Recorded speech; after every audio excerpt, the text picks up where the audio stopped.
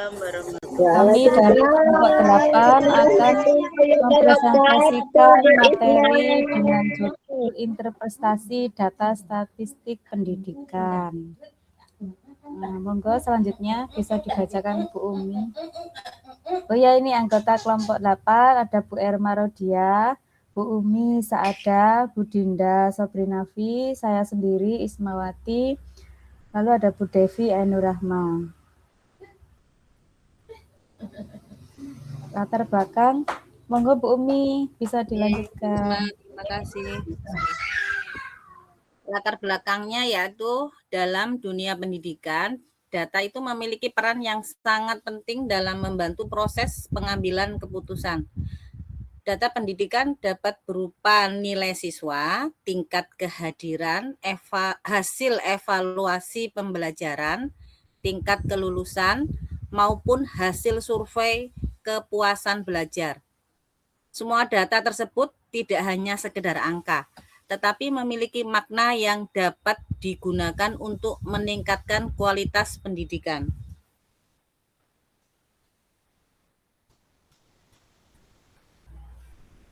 Statistik menjadi salah satu ilmu yang digunakan untuk mengolah dan memahami data tersebut. Melalui statistik, data yang awalnya berupa angka-angka dapat diubah menjadi informasi yang lebih mudah dipahami. Misalnya, nilai rata-rata siswa dapat digunakan untuk melihat tingkat pemahaman kelas. Persentase kelulusan dapat menunjukkan keberhasilan program pembelajaran. Dan grafik perkembangan nilai dapat membantu guru dalam mengevaluasi proses belajar mengajar. Namun dalam kenyataannya masih banyak orang yang salah dalam menginterpretasikan data pendidikan. Kesalahan dalam membaca data dapat menyebabkan kesimpulan yang keliru dan berdampak pada keputusan yang tidak tepat. Contohnya, jika nilai rata-rata siswa meningkat, belum tentu semua siswa mengalami peningkatan. Bisa saja hanya beberapa siswa yang nilainya tinggi, sementara yang lain tetap rendah.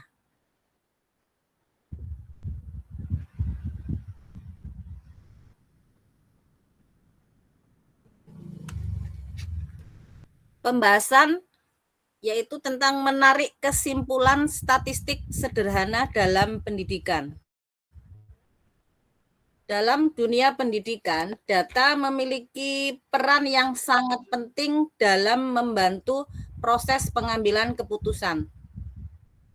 Data pendidikan dapat berupa nilai siswa, tingkat kehadiran, hasil evaluasi pembelajaran, tingkat kelulusan, maupun hasil survei kepuasan belajar. Semua data tersebut tidak hanya sekedar angka, tetapi memiliki makna yang dapat digunakan untuk meningkatkan kualitas pendidikan. Statistik menjadi salah satu ilmu yang digunakan untuk mengolah dan memahami data tersebut. Melalui statistik, data yang awalnya berupa angka-angka dapat diubah menjadi informasi yang lebih mudah dipahami. Misalnya, nilai rata-rata siswa dapat digunakan untuk melihat tingkat pemahaman kelas, persentase kelulusan dapat menunjukkan keberhasilan. Salah satu bentuk statistik sederhana yang sering digunakan dalam pendidikan adalah nilai rata-rata. Ada nilai tertinggi, ada persentase, ada tabel, dan grafik. Nilai rata-rata digunakan untuk melihat gambaran umum hasil belajar siswa dalam satu kelas.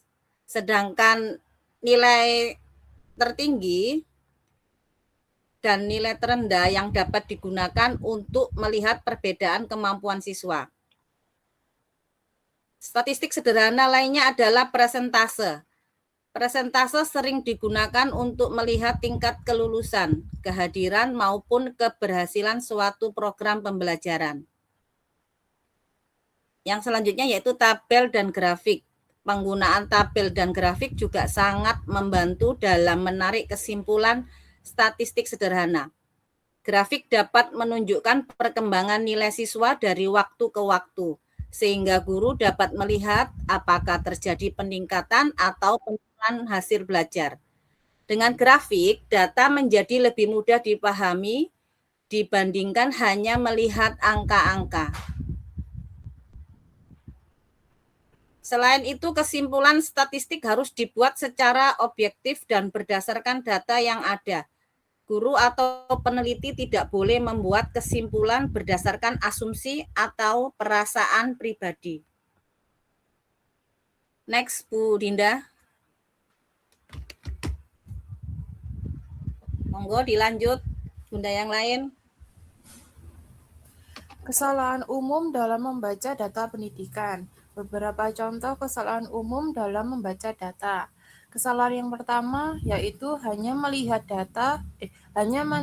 nilai rata-rata tanpa memperhatikan data lainnya. Jadi banyak orang langsung menyimpulkan bahwa pembelajaran berhasil hanya karena nilai rata-rata siswa tinggi. Padahal nilai rata-rata yang tinggi belum tentu menunjukkan bahwa semua siswa memahami materi dengan baik. Biasanya hanya beberapa siswa yang memiliki nilai tinggi, sementara siswa lainnya masih mengalami kesulitan. Oleh karena itu, selain melihat rata-rata, perlu juga melihat nilai minimum, nilai maksimum, dan distribusi nilai siswa. Kesalahan yang kedua yaitu salah dalam memahami presentasi. Presentase sering digunakan untuk menunjukkan tingkat keberhasilan suatu program pendidikan, seperti presentasi kelulusan atau kehadiran siswa. Namun, persentase yang tinggi tidak selalu berarti program tersebut berhasil sepenuhnya. Misalnya, jika 80% siswa lulus, maka masih ada 20% siswa yang belum lulus. Jika jumlah siswa banyak, maka 20% tersebut bisa menjadi jumlah yang cukup besar dan perlu mendapatkan perhatian khusus. Kesalahan yang ketiga yaitu membandingkan data yang tidak sebanding. Dalam pendidikan, sering terjadi perbandingan antara dua kelas atau dua sekolah tanpa memperhatikan kondisi yang berbeda. Misalnya, membandingkan nilai siswa di sekolah kota dengan sekolah di daerah tanpa mempertimbangkan fasilitas, jumlah guru, dan lingkungan belajar. Perbandingan seperti ini dapat menghasilkan kesimpulan yang tidak adil dan tidak akurat. Kemudian kesalahan yang keempat yaitu menarik kesimpulan terlalu cepat tanpa analisis yang mendalam. Banyak orang melihat satu grafik atau satu tabel, lalu langsung membuat kesimpulan. Padahal data pendidikan perlu dianalisis secara menyeluruh agar dapat menghasilkan informasi yang benar. Kesimpulan yang terlalu cepat dapat menyebabkan kesalahpahaman terhadap kondisi sebenarnya. Kemudian kesalahan yang kelima yaitu penggunaan data yang tidak lengkap.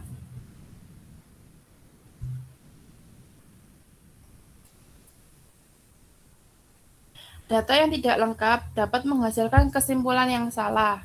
Misalnya, hanya melihat nilai ujian tanpa melihat kehadiran, tugas, dan aktivitas belajar siswa. Data pendidikan seharusnya dilihat secara menyeluruh agar kesimpulan yang diambil lebih akurat.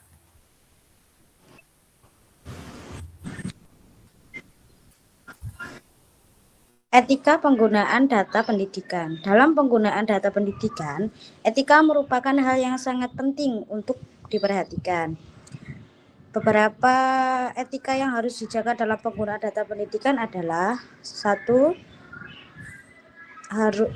etika yang harus dijaga adalah kerahasiaan data siswa. Data seperti nilai, identitas, alamat, maupun catatan perkembangan siswa tidak boleh disebarluaskan sembarangan. 2.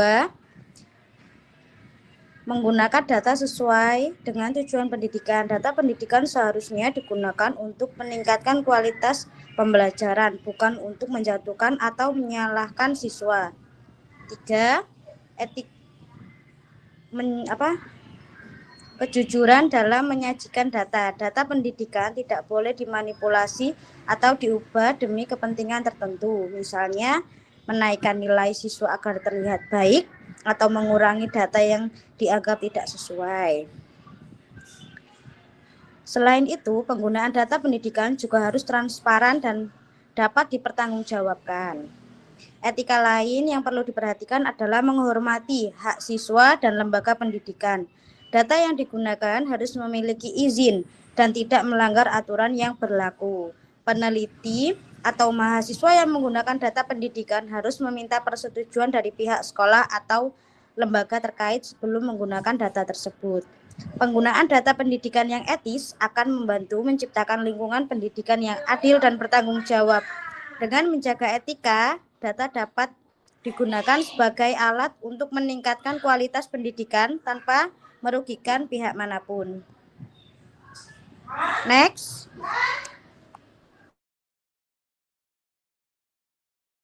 Lanjut Bu Dinda. Oke, saya lanjutkan nggih. Berdasarkan pembahasan yang telah dijelaskan tadi, dapat disimpulkan bahwa interpretasi data pendidikan merupakan hal yang sangat penting dalam dunia pendidikan. Data pendidikan dapat membantu guru, mahasiswa, dan peneliti dalam memahami kondisi pembelajaran serta mengambil keputusan yang tepat. Menarik kesimpulan statistik sederhana dapat dilakukan dengan menggunakan nilai rata-rata, presentasi, tabel, dan grafik. Statistik sederhana membantu dalam memahami data pendidikan secara lebih mudah dan jelas. Namun, dalam menarik kesimpulan harus dilakukan secara objektif dan menyeluruh agar tidak terjadi kesalahan. Etika penggunaan data pendidikan juga sangat penting untuk diperhatikan. Data siswa harus dijaga kerahasiaannya, digunakan secara jujur, transparan, dan sesuai dengan tujuan pendidikan.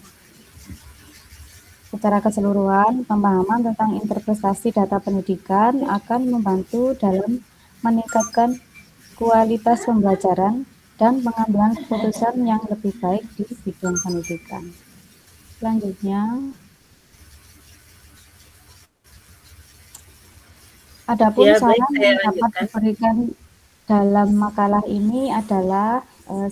Mahasiswa diharapkan dapat memahami statistik dasar agar mampu membaca dan menginterpretasikan data pendidikan dengan benar. Selanjutnya, Bu R, monggo dilanjutkan. Bu Erma. Ya, Bu Isma. Saran tadi sudah ini sama Bu Isma. Untuk saran yang kedua, guru dan calon pendidik sebaiknya lebih teliti dalam membaca data agar tidak terjadi kesalahan dalam menarik kesimpulan.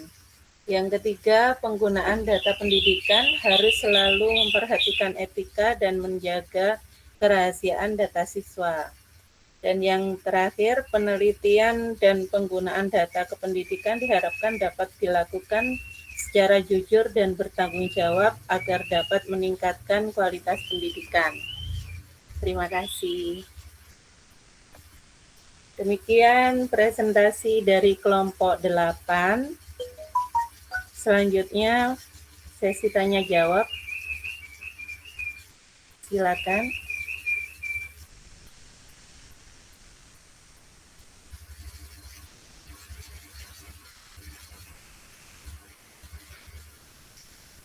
Ada Bu Galo.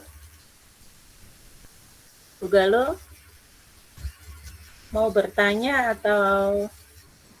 Ini Bu mau bertanya. Iya Bu Galo, silakan. Mengapa membandingkan nilai rata-rata antara sekolah adil secara statistik kan Bu? Maaf tadi putus-putus ya suaranya Bu.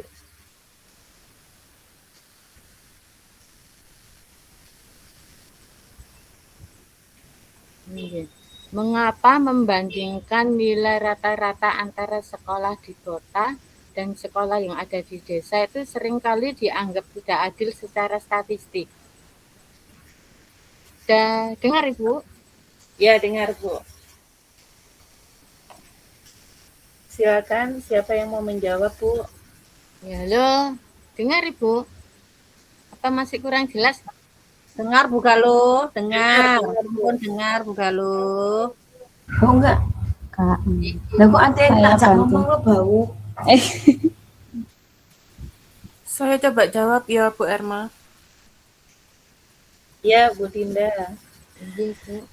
Secara statistik perbandingan harus sekolah di kota dan di desa secara statistik perbandingan harus dilakukan pada kondisi yang setara, yaitu yang apple to apple.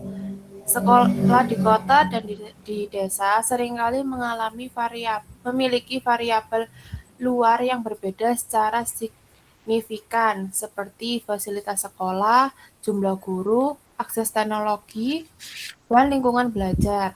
Membandingkan keduanya tanpa mempertimbangkan konteks tersebut akan menghasilkan kesimpulan yang bias dan tidak akurat.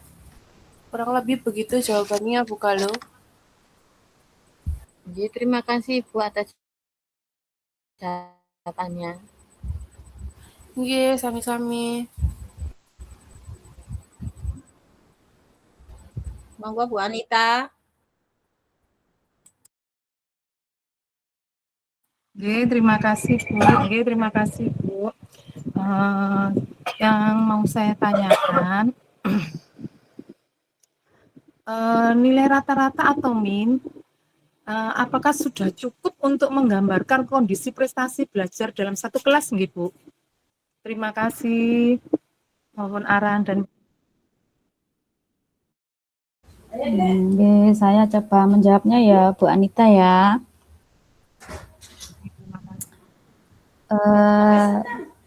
Nilai rata-rata itu hanya diberikan gambaran umum atau titik tengah dari sekumpulan data. Namun rata-rata sangat sensitif terhadap nilai ekstrim atau sangat tinggi atau bisa saja sangat rendah. Sebagai contohnya, jika ada beberapa siswa dengan nilai sangat tinggi sementara mayoritas siswa lainnya rendah, rata-rata kelas akan terlihat bagus, padahal pemahaman materi belum merata.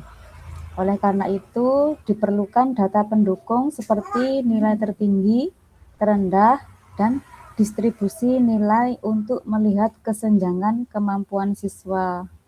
Seperti itu, Bu Anita.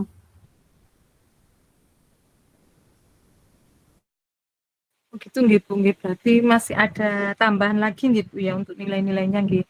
Tidak cukup sampai Ya, nilai terendah, nilai tertinggi, dan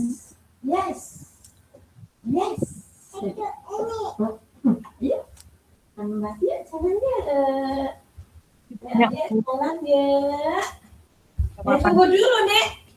Adek tunggu dulu. ya Bu, suaranya putus-putus. banyak. Ya. Oh, nggih. Sami-sami.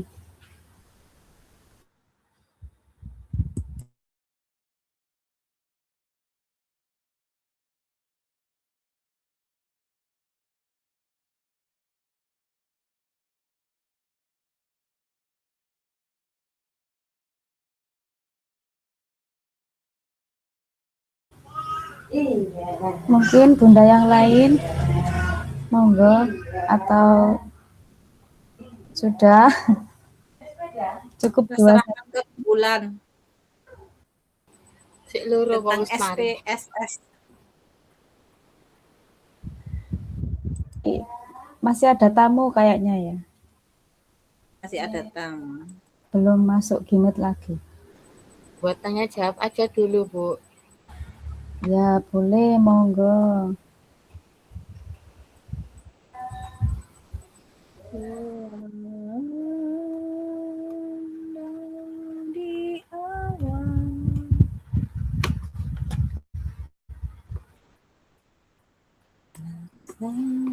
Yang lainnya nggak ada yang tanya jawab ya?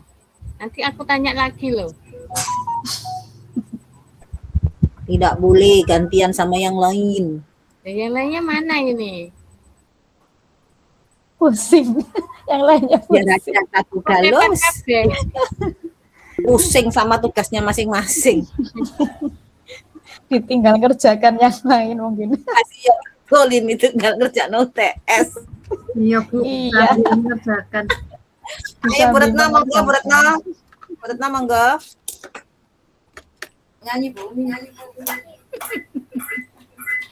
Ya, terima kasih kesempatannya. Nggih Bu Retno monggo.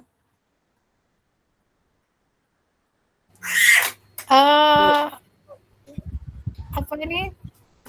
Kenapa membandingkan nilai rata-rata antara misalnya ya, antara sekolah di kota atau di sekolah di desa-desa gitu tuh sering dianggap nggak adil secara statistik gitu tuh loh Bu.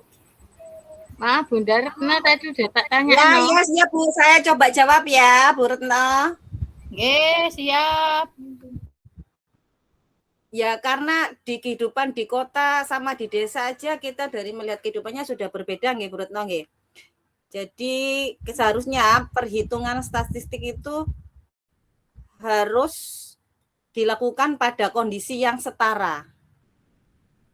Jadi sekolah di kota dan di desa itu seringkali memiliki variabel luar yang berbeda secara signifikan.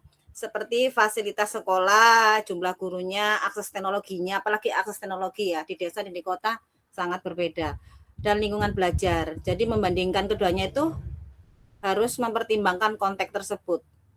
Jadi bisa menghasilkan kalau tidak maksudnya kalau tidak mempertimbangkan hal tersebut nanti akan menghasilkan kesimpulan yang bias dan tidak akurat.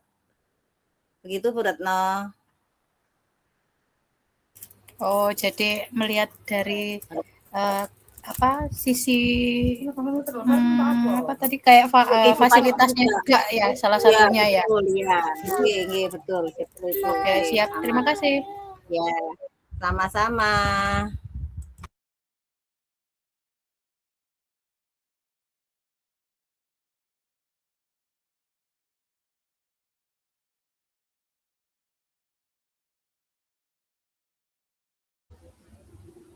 Gimana Bu PJ? Sudahkah ini? Kalau sudah bisa diakhiri enggak?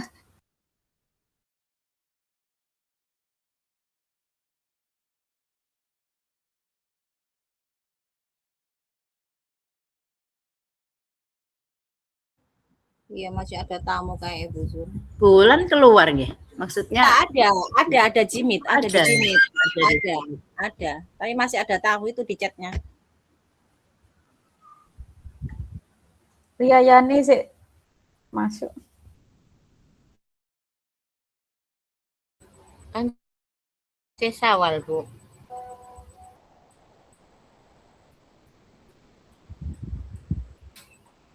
Bulan sabit.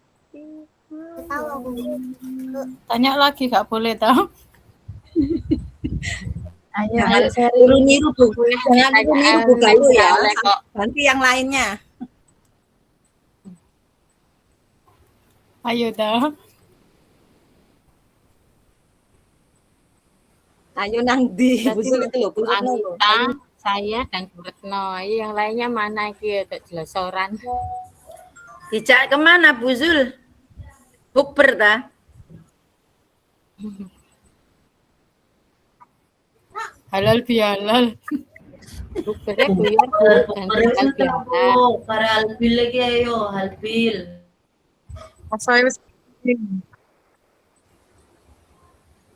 Seminggu lagi loh kita halbil di kampus. Bu Zul sama Bu ini. Foto kita halbil ndi lo gak dikirim tak antane.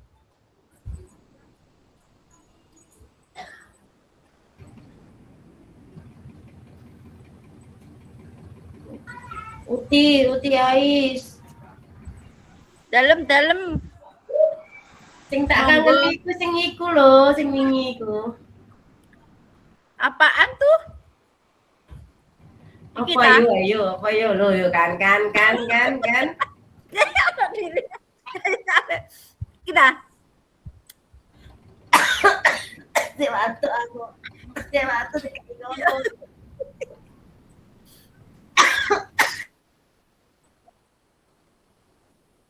Bu Ame di mana nih ya Bu Am ya?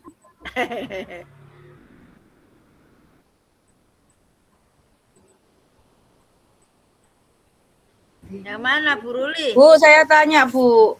Angkat tangan. Angkat tangan ta? Ya Butet, apa Butet? Angkat tangan kaki. sih.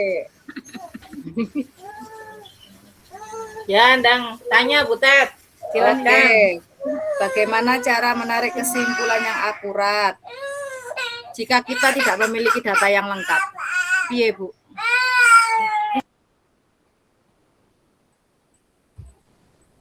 Maaf ya, Bu, cucu saya nangis. Loh, Bu Tati ya Uti dah. Iya, Bu, umur saya 61. Jangan, cantik kok jadi Uti. Enane ta? Cucu apa susu?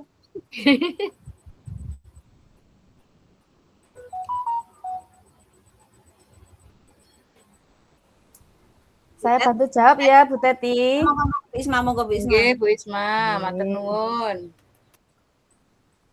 Sebenarnya data yang tidak lengkap itu sangat berisiko menghasilkan kesimpulan yang salah. Untuk mendapatkan akurasinya, data pendidikan itu harus dilihat secara menyeluruh. Misalnya dengan menggabungkan nilai ujian dengan data kehadiran, tugas, dan aktivitas belajar harian. Jika data tetap tidak lengkap, kesimpulan yang diambil harus sangat hati-hati dan tidak boleh dianggap sebagai kebenaran mutlak. Karena itu tadi, data yang didapatkan itu tidak akurat dan tidak lengkap. Jadi harus hati-hati dan tidak bisa dianggap sebagai kebenaran. Seperti itu, Bu. Bu Tati. Nggih, berarti nggak bisa, Bu ya. Jadi kan takut salah gunakan gitu, nggih. Ya bisa, tapi itu tadi Akurat. harus hati-hati, nggih. Hati-hati dalam mengambil keputusannya itu tadi. Dalam. Nggih, sini Nak. Matur nuwun Bu Isma.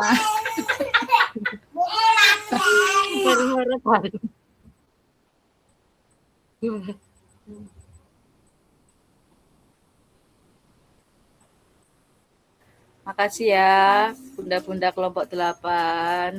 Sami-sami. Terima kasih Datanya itu partisipasinya. harus secara holistik ya Bu Teti. Jadi Iya, harus Bu. akurat itu harus holistik. Betul. Wis uti-uti ngene iki, Bu. Pakaian tugas rasane utine untung enggak copot iki jantunge. Ini saya Untung 11 kutu-kutu. Bukan copot jantungnya, Bu. Copot otaknya.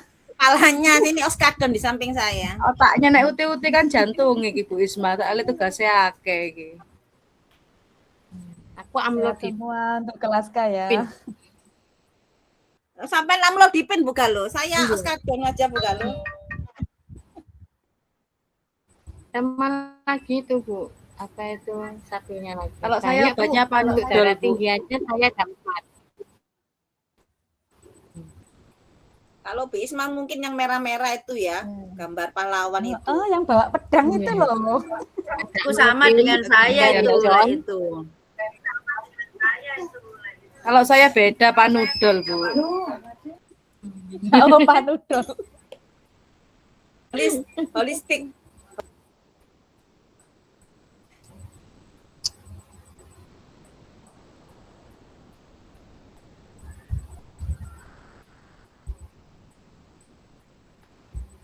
Oke, Pak, sebentar. Bu, paketku, Bu. Bu Isma, ditutup aja Bu Isma. Oke. Demikian presentasi yang bisa kita sampaikan. Jika dalam penyampaian ada kekurangan, mohon maaf. Untuk sesi berikutnya mungkin bisa diberi penguatan oleh Bu Wulan. Saya akhiri. Assalamualaikum warahmatullahi wabarakatuh. Waalaikumsalam warahmatullahi wabarakatuh. Terima kasih kelompok 8. Waalaikumsalam warahmatullahi wabarakatuh.